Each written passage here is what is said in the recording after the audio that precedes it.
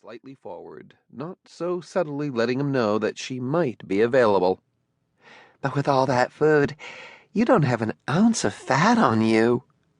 Still smiling, he wondered what she'd be like in bed. He pictured himself taking hold of her, thrusting into her, and then he pictured his hands around her throat, squeezing, until her face slowly turned purple and her eyes bulged out of their sockets. She stared at him speculatively, as if wondering whether he satisfied all of his appetites with such single-minded devotion as he had shown toward the food. Must get a lot of exercise. I lift weights, he said. Like Arnold Schwarzenegger. Yeah. She had a graceful, delicate neck. He knew he could break it as if it were a dry twig, and the thought of doing that made him feel warm and happy. You sure do have a set of big arms, she said, softly, appreciatively.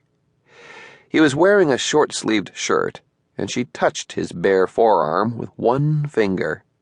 I guess with all that pumping iron, no matter how much you eat, it just turns into more muscle. Well, that's the idea, he said. But I also have one of those metabolisms. Huh? I burn up a lot of calories and nervous energy. You? Nervous? Jumpy as a Siamese cat. I don't believe it. I bet there's nothing in the world could make you nervous, she said. She was a good-looking woman, about 30 years old, 10 years younger than he was, and he figured he could have her if he wanted her. She would need a little wooing, but not much. Just enough so she could convince herself that he had swept her off her feet, playing Rhett to her Scarlet, and had tumbled her into bed against her will. Of course, if he made love to her, he would have to kill her afterward. He'd have to put a knife through her pretty breasts or cut her throat, and he really didn't want to do that. She wasn't worth the bother or the risk. She simply wasn't his type. He didn't kill redheads. He left her a good tip, paid his check at the cash register by the door, and got out of there. After the air-conditioned restaurant, the September heat was like a pillow jammed against his face. As he walked toward the Dodge van, he knew that Helen was watching him, but he didn't look back. From the diner, he drove to a shopping center and parked in a corner of the large lot in the shade of a date palm, as far from the stores as he could get. He climbed between the bucket seats into the back of the van, pulled down a bamboo shade that separated the driver's compartment from the cargo area, and stretched out on a thick but tattered mattress that was too short for him. He had been driving all night without rest, all the way from St. Helena in the wine country.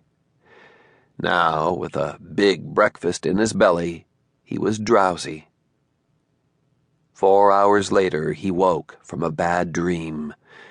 He was sweating, shuddering, burning up and freezing at the same time, clutching the mattress with one hand and punching the empty air with the other.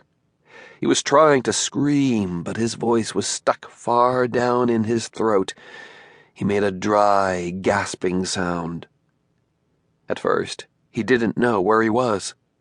The rear of the van was saved from utter darkness only by 3 thin strips of pale light that came through narrow slits in the bamboo blind. The air was warm and stale. He sat up, felt the metal wall with one hand, squinted at what little there was to see, and gradually oriented himself. When at last he realized he was in the van, he relaxed and sank back onto the mattress again. He tried to remember what the nightmare had been about, but he could not. That wasn't unusual. Nearly every night of his life he suffered through horrible dreams from which he woke in terror, mouth dry, heart pounding. But he never could recall what had frightened him. Although he knew where he was now, the darkness made him uneasy. He kept hearing stealthy movement in the shadows, soft, scurrying sounds.